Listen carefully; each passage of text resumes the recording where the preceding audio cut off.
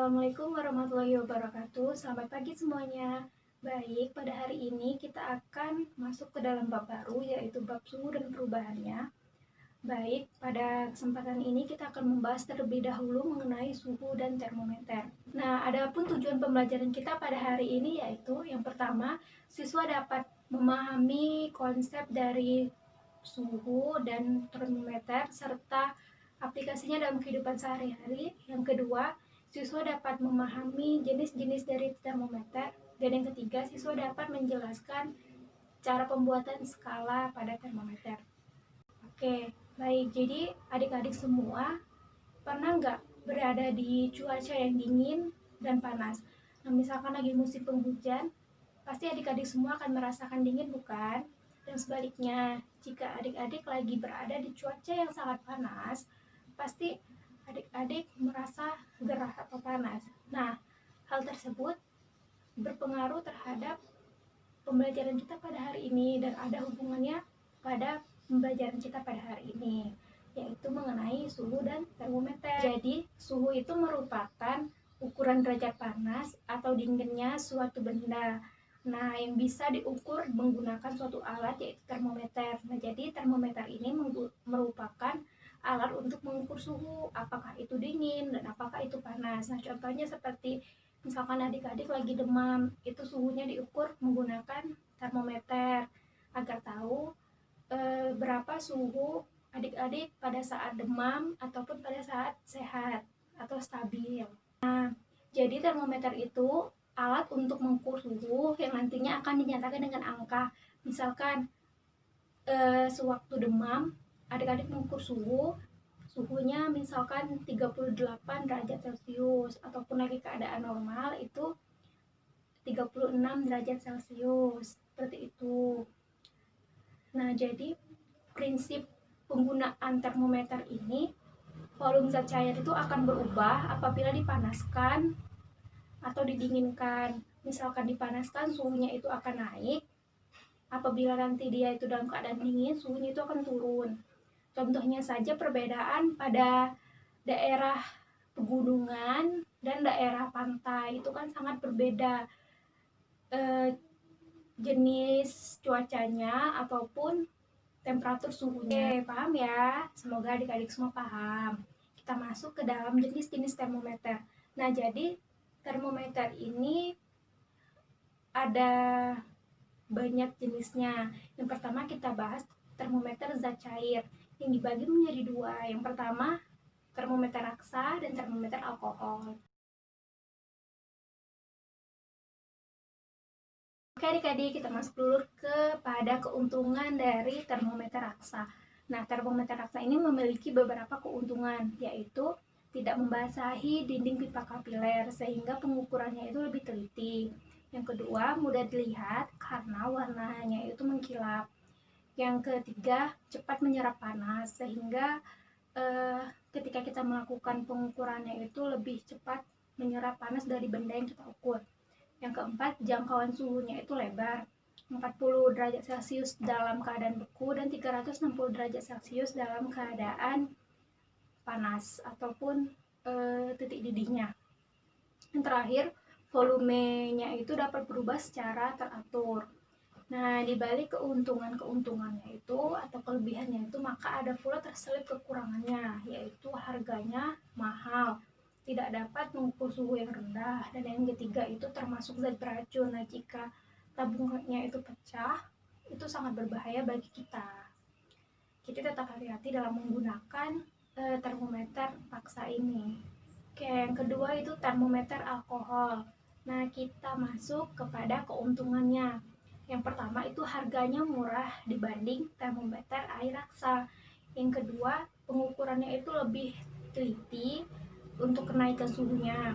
Nah, yang ketiga yaitu mengukur suhu yang rendah itu dia bisa, kan kalau pakai yang raksa itu tidak bisa karena titik bekunya itu pada termometer alkohol ini 130 derajat Celcius.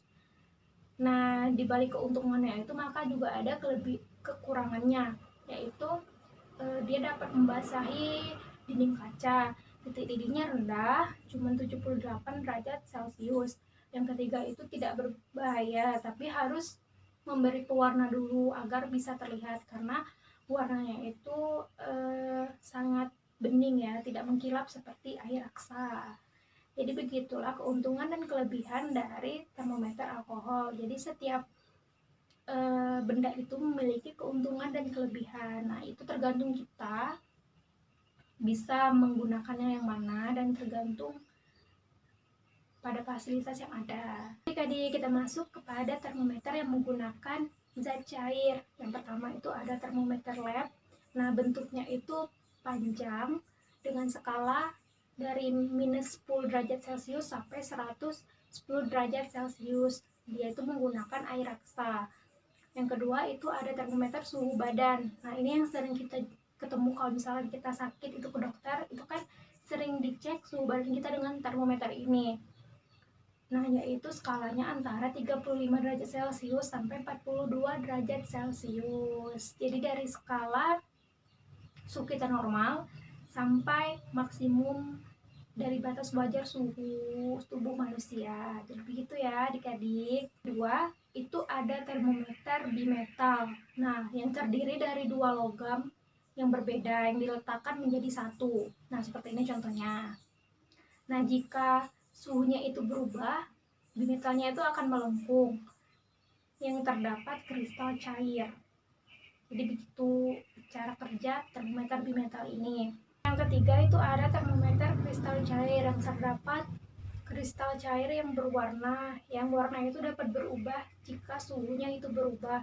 Nah, kristalnya itu terbungkus dalam plastik putih. Nah, seperti gambar ini, yang digunakan untuk mengukur suhu tubuh, akuarium, ataupun sebagainya.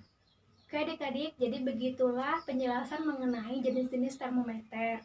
Nah, kita masuk ke dalam poin yang berikutnya, yaitu mengenai perbandingan suhu dari skala termometer atau skala suhu. Nah, jadi sebelum kita masuk ke dalam perbandingan yang seperti ini,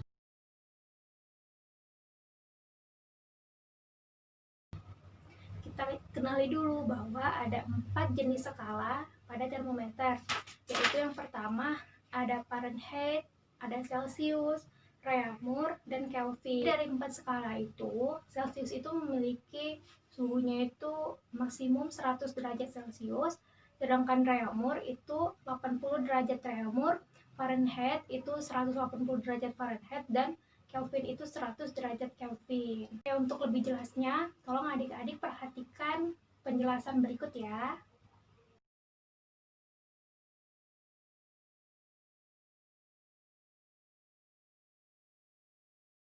Perbandingan skala Celcius, Reaumur, Fahrenheit, dan Kelvin, yaitu 100 berbanding 80 berbanding 180 berbanding 100 sama dengan 5 berbanding 4 berbanding 9 berbanding 5.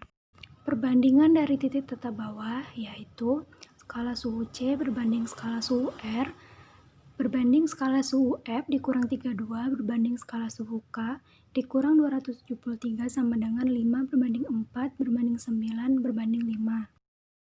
Dari persamaan tersebut, maka dapat diperoleh rumus sebagai berikut. Adik-adik perhatikan ya, ada yang pertama itu ada hubungan Celcius dengan Reaumur, yang kedua hubungan Celcius dengan Fahrenheit, yang ketiga hubungan Reaumur dengan Fahrenheit, yang keempat hubungan Celcius dengan Kelvin. Jadi bisa disimak baik-baik ya. Oke adik-adik, kita masuk ke contoh soal yang pertama. Pada siang hari, suhu di sebuah kamar adalah 30 derajat Celcius. Berapakah suhunya jika diukur dalam skala Fahrenheit? Nah, jadi kita harus mengetahui dulu apa yang mau kita cari, yaitu Fahrenheit. Nah, jadi penyelesaiannya F dikurang 32 per C sama dengan 9 per 5. Itu rumusnya. Lalu kita masukkan nilai C-nya. Jadinya F dikurang 32 sama dengan 9 per 5 dikali 30. Dikali karena dia bertukar posisi. Jadinya F dikurang 32 sama dengan 54. F sama dengan 54, tukar posisi lagi, jadinya ditambah 32 dan suhu skala F itu adalah 86 derajat Celcius. Oke, kita masuk ke soal contohnya yang kedua. Suhu sebatang logam yang dipanaskan dengan 370 Kelvin. Berapa suhu ini jika diukur dengan skala Celcius? Jadi kita akan mengubah 370 Kelvin ini menjadi Celcius. Nah, jadi kita masukkan rumusnya. Buka kurung, T dikurang 273. Kita kasih Celciusnya di luar. Nah, jadi T itu kan yang Kelvin tadi. Kita masukkan nilainya 370 dikurangi 273. Hasilnya yaitu 97 Celcius. Nah, jadi 273-nya itu datangnya dari mana, Bu? Jadi 273 itu adalah nilai yang dirumus Kelvin tadi. Jadi ketika kita hendak mengkonversikannya ke Celcius, kita tinggal memasukkan rumus tersebut. Jadi begitu ya. Semoga paham ya. Oke adik-adik, jadi begitulah pembelajaran kita pada hari ini. Semoga bermanfaat ya. Jadi dapat kita simpulkan bersama bahwa suhu itu merupakan ukuran panas dinginnya suatu benda yang nantinya itu dapat diukur menggunakan suatu alat yaitu termometer. Nah, termometer ini merupakan alat pengukur suhu yang nantinya akan dinyatakan dengan angka. Itu hasilnya ya. Bisa dengan suhu yang tinggi ataupun rendah. Jika termometer itu semakin suhunya tinggi berarti dia panas. Sedangkan jika suhunya rendah itu berarti menunjukkan suhunya itu dingin ataupun rendah. Jenis termometer itu memiliki beberapa jenis. Yang pertama itu ada termometer zat cair yang dibagi dari termometer air raksa dan alkohol yang memiliki keuntungan dan kerugiannya masing-masing. Yang kedua itu ada termometer lab. Nah, yaitu yang sering digunakan di laboratorium, dia menggunakan air raksa. Yang ketiga itu ada termometer bimetal. Dan yang keempat itu ada termometer kristal. Nah, jadi fungsi utama termometer ini dapat untuk mengukur suhu. Bisa jadi itu suhu dari manusia, hewan, ataupun benda-benda lain seperti akuarium, suhu temperatur atau masakan, dan sebagainya. Dan skala suhu itu ada 4. Yang pertama itu ada Celcius, skalanya itu 100, Reaumur itu 80, Fahrenheit itu 180, dan Kelvin itu 100. Oke adik-adik, jadi kita cukupkan pembelajaran kita pada hari ini. Semoga adik-adik menjadi paham dan video ini dapat bermanfaat. Tolong pelajarannya diulang-ulang terus agar semakin ingat dan paham. Untuk minggu depan, tolong pelajari materi selanjutnya yaitu mengenai perubahan suhu. Demikianlah Ibu tutup dengan wassalamualaikum warahmatullahi wabarakatuh.